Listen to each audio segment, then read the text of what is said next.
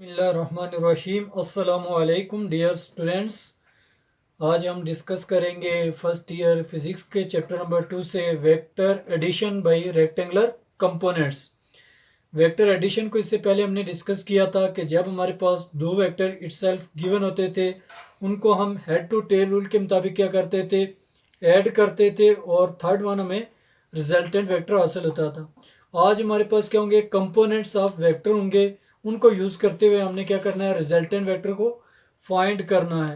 तो जब भी हम रिजल्टेंट वेक्टर को फाइंड करना चाहते हैं तो हमें दो चीज़ों के बारे में पता होना चाहिए, एक मैग्नीट्यूड के बारे में और दूसरा डायरेक्शन के बारे में पता होना चाहिए। अगर हमारे पास रिजल्टेंट वेक्टर के कंपोनेंट्स गिवन हो तो तब भी हम क्या कर सकते हैं, रिजल्टेंट वेक्टर को फाइंड कर सकते हैं। रेक्टेंगुलर कंपोनेंट्स के बारे में भी हमने पढ़ा था कि रेक्टेंगुलर कंपोनेंट्स हमारे पास क्या होते हैं, वेक्टर के दो या दो से ज़्यादा कंपोनेंट्स जो एक दूसरे के साथ 90 डिग्री का एंगल बना रहे हो, म्यूचुअली परपेंडिकुलर हों, ऐसे कंपोनेंट्स को हम नाम देते हैं रेक्टेंगुलर कंपोनेंट्स। हम कंसीडर करते हैं एक एक्स वाई प्लेन। हमने एक एक्स वाई प्लेन कंसीडर कर लिया है। तो ये हमारे पास एक एक्स वाई प्लेन है। इसमें हमारे पास दो वेक्टर्स को हम कंसीडर कर लेते हैं। एक वेक्टर हमारे पास ए है जिसको हम ओ एम लाइन से रिप्रेजेंट कर लेते हैं। ये हमारे पास ए वेक्टर है जिसको हमने ओ एम लाइन से रिप्रेजेंट कर लिया। एक हमारे पास वेक्टर बी है जिसको हम रिप्रेजेंट करते हैं ओ एन लाइन के साथ। अब इन दो वेक्टर्स को हमने ऐड करना है by head to tail rule. Head to tail rule, इन दो वेक्टर्स को हमने ऐड करना है, A vector plus B vector. B vector को हमने ए वेक्टर में ऐड करना है। तो हेड टू टेल रूल के मुताबिक हम कैसे ऐड करते हैं कि फर्स्ट वेक्टर के साथ सेकंड वेक्टर की टेल को मिला लेते हैं। तो अब ये हमारे पास बी वेक्टर सेकंड वेक्टर है, इसको उठा के हम फर्स्ट वेक्टर के हेड के साथ इसकी टेल को मिला लेंगे। तो ये हमारे पास आ गया बी वेक्टर। अब हम रिजल्टेंट इस तरह से ड्रा करते हैं कि उसकी टेल फर्स्ट वेक्टर की टेल से मैच करे, कंसाइड करे और उसका हेड लास्ट वेक्टर के हेड के साथ कंसाइड करें। तो ये हम रिजल्टेंट वेक्टर को हम ड्रा कर लेते हैं। ये हमारे पास आ गया रिजल्टेंट वेक्टर, और जिसकी टेल फर्स्ट वेक्टर की टेल ए के साथ मैच कर रही है और जिसका हेड लास्ट वेक्टर बी के हेड के साथ मैच कर रहा है। तो आर इक्वल टू हमारे पास आ जाएगा ए वेक्टर प्लस बी वेक्टर, और जिस पॉइंट के ऊपर ये हमारे पास पॉइंट आ जाएगा P, इसको हमने पॉइंट P से रिप्रेजेंट कर लिया है। अब हम रिजॉल्व कर लेते हैं। Resolve A vector B vector and R vector into its component. A vector B vector और आर वेक्टर को हम स्टूडेंट्स इनके कंपोनेंट्स में रिजॉल्व कर लेते हैं। तो कंपोनेंट्स में रिजॉल्व करने का तरीका क्या था कि हम वेक्टर के हेड से क्या कर लेंगे, परपेंडिकुलर ड्रा कर लेंगे, प्रोजेक्शन ड्रा कर लेंगे। तो वेक्टर ए को हम इसके कंपोनेंट्स में रिजॉल्व करते हैं। तो वेक्टर ए के हेड से हम एक परपेंडिकुलर ड्रा कर लेते हैं अलोंग एक्स एक्सिस, जहाँ पे ये टच करेगा एक्स एक्सिस को। उस पॉइंट का नाम हम रख लेते हैं क्यू, और यहाँ से ओ से लेकर इस क्यू तक हमारे पास एक वेक्टर आ जाएगा जिसको हम नाम देंगे ए, एक्स से रिप्रेजेंट कर लेंगे। ये वेक्टर ए का एक्स कंपोनेंट है, और ये हमारे पास आ जाएगा वेक्टर ए का वाई कंपोनेंट जिसको हम ए वाई से रिप्रेजेंट कर लेंगे। अब हम वेक्टर बी को रिजॉल्व करते हैं। तो इसके हेड से भी हम क्या करेंगे, एक परपेंडिकुलर ड्रा करेंगे ऑन एक्स एक्सिस। जिस पॉइंट के ऊपर ये एक्स एक्सिस को टच करेगा उस पॉइंट का नाम हम स्टूडेंट्स रख लेते हैं और। अब हमारे पास ये हमारे पास पॉइंट आ जाएगा एस, और ये हमारे पास यहाँ से एस से पी हमारे पास क्या जाएगा, बी वेक्टर का वाई कंपोनेंट जिसको हम बी वाई से रिप्रेजेंट कर लेंगे। और एम एस हमारे पास क्या जाएगा, बी वेक्टर का एक्स कंपोनेंट जिसको हम बी एक्स से रिप्रेजेंट कर लेंगे। जितना हमारे पास क्यू एम डिस्टेंस है इतना ही हमारे पास और एस का भी डिस्टेंस है। तो हमने इसको अगर ए वाई का नाम दिया हुआ है तो इसको भी हम ए वाई का नाम दे सकते हैं। जितना हमारे पास एम एस डिस्टेंस है इतना ही डिस्टेंस हमारे पास क्यू क्यू आर है। तो इसको हम अगर हमने बी एक्स का नाम दिया हुआ है तो इसको भी हम बी एक्स का नाम दे सकते हैं। तो ये हमारे पास आ गया बी एक्स। अब हम थर्ड वेक्टर रिजल्टेंट वेक्टर और को भी उसके कंपोनेंट में रिजॉल्व कर लेंगे। तो इसके लिए भी वही मेथड है कि इसके तो अब हम और वाई को भी रिजॉल्व करेंगे। ये हमारे पास और रिजल्टेंट वेक्टर का वाई कंपोनेंट होगा और वाई से इसको हम रिप्रेजेंट कर लेंगे और ये हमारे पास आ जाएगा रिजल्टेंट वेक्टर का एक्स कंपोनेंट जिसको हम और एक्स से रिप्रेजेंट कर लेते हैं। अब हम मैग्नीट्यूड कैलकुलेट करेंगे रिजल्टेंट वेक्टर के एक्स कंपोनेंट की। तो हम लिख लेते हैं magnitude of x component of vector resultant vector R के एक्स कंपोनेंट की मैग्नीट्यूड हम कैलकुलेट कर लेते हैं। तो मैग्नीट्यूड हमारे पास आर एक्स ये हम कैलकुलेट करना चाहते हैं। तो यहाँ से हमारे पास फिगर पे गौर करें तो हमारे पास क्या है ओ आर इक्वल है किसके जी O Q plus Q R के। तो हम लिख लेते हैं O R equal to O Q plus Q R O Q plus Q R. अब हम जितना डिस्टेंस हमारे पास क्यू आर है इतना ही डिस्टेंस हमारे पास क्या है एम एस है। तो हम लिख सकते हैं फिर Q R equal M S. अब हम क्यू आर की जगह पे रिप्लेस कर लेंगे एम एस से। तो हमारे पास आ जाएगा O R as it is equal to O Q as it is plus Q R equal है हमारे पास एम एस की। अब हम इसकी वैल्यूज पुट कर लेते हैं। ओ आर हमारे पास इक्वल है आर एक्स के। आर की जगह पे हमारे पास आ जाएगा R x equal to O Q हमारे पास इक्वल है ए एक्स के A x plus M S हमारे पास इक्वल है बी एक्स के। तो बी एक्स एम एस की जगह पे पुट कर लिया। तो ये हमारे पास आ गया x component of resultant vector और जो कि इक्वल किसके है जो दो वेक्टर्स हमारे पास ऐड हो रहे हैं उनके एक्स कंपोनेंट के सम के इक्वल है। अब हम मैग्नीट्यूड कैलकुलेट कर लेते हैं वाई कंपोनेंट रिजल्टेंट वेक्टर के वाई कंपोनेंट की। तो हमारे पास आ जाएगा magnitude of y component of resultant vector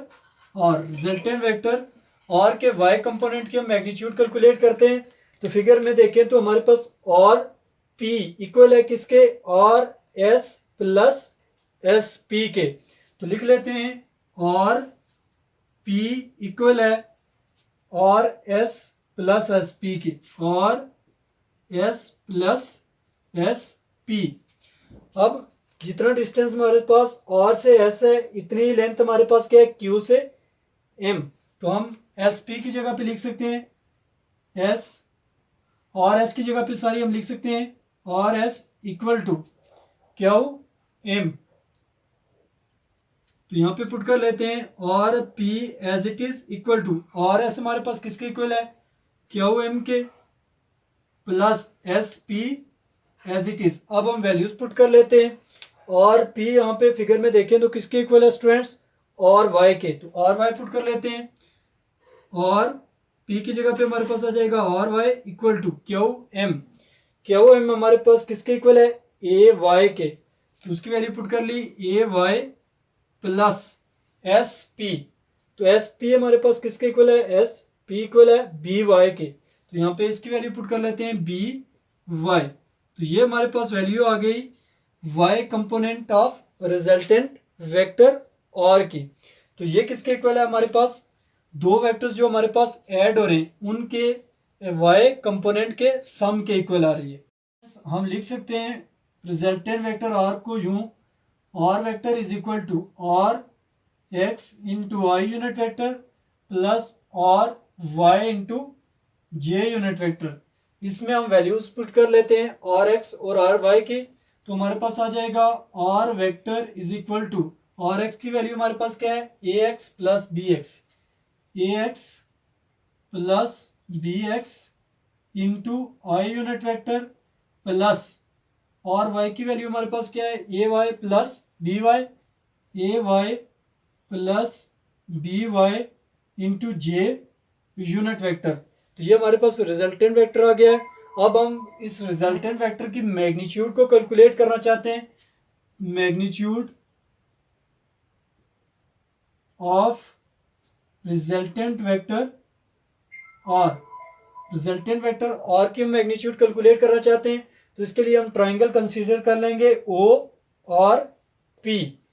तो ट्राइंगल ओ और पी को हम यूज करते हैं। तो हमारे पास यहाँ पे हम पैथागोरस थ्योरम लगा लेंगे और पैथागोरस से हम थ्योरम से हम इसकी मैग्नीट्यूड कैलकुलेट कर लेंगे। तो पैथागोरस थ्योरम क्या होता है? हाइपोटेन्यूज का स्क्वायर इक्वल टू बेस का स्क्वायर प्लस परपेंडिकुलर का स्क्वायर। तो हमारे पास यहाँ पे हाइपोटेन्यूज क्या है? ओपी। ओपी का स्क्वायर इक्वल टू बेस हमारे पास क्या है? O R. ओ आर का स्क्वायर प्लस और पी यहाँ पे परपेंडिकुलर है और पी का स्क्वायर आ जाएगा। अब हम वैल्यूज पुट कर लेते हैं। सिर्फ मैग्नीट्यूड की बात कर रहे हैं यहाँ पे हम। ओ पी किसके इक्वल है? आर के। तो यहाँ पे हमारे पास आ जाएगा आर का square equal to O R. O R equal है आर एक्स के। तो आर एक्स का स्क्वायर हो जाएगा प्लस आर पी। और पी किसके इक्वल है? आर वाई के। तो वो वैल्यू पुट कर लिया है आर वाई का स्क्वायर आ जाएगा। अब हम स्क्वायर रूट ले लेते हैं दोनों तरफ। Taking square root on both side. दोनों तरफ स्क्वायर रूट ले लेंगे तो ये हमारे पास आ जाएगा आर का square whole square root equal to square root और एक्स का स्क्वायर प्लस और वाई का स्क्वायर। अब इसमें हम वैल्यूज पुट कर लेते हैं। ये स्क्वायर और स्क्वायर रूट कैंसिल, यहाँ पे आ गया R is equal to R x की वैल्यू पुट कर लेते हैं। तो आर एक्स की वैल्यू हमारे पास है A x plus B x. तो हमारे पास आ जाएगा स्टूडेंट्स ए एक्स प्लस बी एक्स का होल स्क्वायर प्लस और वाई की वैल्यू पुट कर लेते हैं। तो आर वाई की वैल्यू क्या थी? और वाई ए वाई प्लस बी वाई। तो ये पुट कर लेते हैं ए वाई प्लस बी वाई का होल स्क्वायर। तो ये हमारे पास क्या आ गई? रिजल्टेंट वेक्टर और की मैग्नीट्यूड आ गई। हमारे पास डायरेक्शन हमने फाइंड करनी है। तो डायरेक्शन हम किस तरह से फाइंड करते हैं? डायरेक्शन के लिए हम एंगल थीटा फाइंड करते हैं, जो हमारे पास क्या होता है? पॉजिटिव एक्स एक्सिस से एंटी क्लॉकवाइज डायरेक्शन में उस वेक्टर तक। तो एंगल फाइंड करने के लिए, थीटा फाइंड करने के लिए हम ट्रिग्नोमेट्रिक रेशियो यूज करते हैं। टेन थीटा जो हमारे पास होता है परपेंडिकुलर डिवाइडेड बाय बेस। तो इस फिग में हमारे पास परपेंडिकुलर है और पी जो कि इक्वल है और वाई के और वाई डिवाइडेड बाय बेस। इस फिगर में हमारे पास है ओ और जो इक्वल है और एक्स के। तो ये पुट कर लें और एक्स। टेन थीटा इक्वल आ गया और वाई डिवाइडेड बाय और एक्स। तो थीटा इज इक्वल टू आ गया टेन इनवर्स और वाई डिवाइडेड बाय और एक्स। अब हम और वाई की जगह पे उसकी वैल्यू जो अभी कैलकुलेट की थी वो पुट कर सकते हैं। ए वाई प्लस बी वाई। अगर दो से ज़्यादा वेक्टर हों तो हमारे पास क्या आ जाएगा? A Y plus B Y plus C Y up to so on.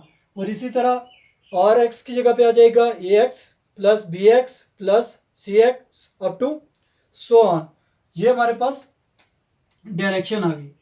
अब हम इसको समराइज करते हैं। जो हमने स्टेप जितना भी हमने प्रोसेस किया उसको हमने स्टेप वाइज बयान करना है, एक्सप्लेन करना है। तो सबसे पहले हमने क्या किया? Find x and y component. हमने सबसे पहला काम यह किया कि तमाम जितने भी गिवन वेक्टर्स थे उनके एक्स और वाई कंपोनेंट्स हमने फाइंड किए। दूसरा काम हमने किया फाइंड एक्स कंपोनेंट ऑफ और एक्स। हमने रिजल्टेंट वेक्टर का एक्स कंपोनेंट फाइंड किया। कैसे फाइंड किया? हमने तमाम वेक्टर्स के एक्स कंपोनेंट को ऐड करके हमने रिजल्टेंट वेक्टर के एक्स कंपोनेंट को फाइंड किया। फिर उसके बाद हमने तीसरे स्टेप में हमने फाइंड किया find y component. Resultant vector का वाई कंपोनेंट फाइंड किया तमाम वेक्टर्स के y कंपोनेंट्स को ऐड करते हुए। फिर हमने चौथे स्टेप में काम ये किया था, मैग्नीट्यूड हमने फाइंड की थी। मैग्नीट्यूड जो फाइंड की थी उसके लिए हमारे पास रिलेशन आ गया था r इज इक्वल टू और एक्स का स्केयर प्लस और वाई का स्केयर। तो by using Pythagoras theorem use करते हुए हमने मैग्नीट्यूड कैलकुलेट कर ली थी। उसके बाद हमने डायरेक्शन फाइंड की थी। लास्ट स्टेप में डायरेक्शन फाइंड की थी, जिसमें हमारे पास आ गया था theta is equal to tan inverse और वाई डिवाइडेड बाई और एक्स। नेक्स्ट वीडियो लेक्चर में हम कैलकुलेट करेंगे थीटा की वैल्यू। तब तक के लिए अल्लाह हाफ़िज़।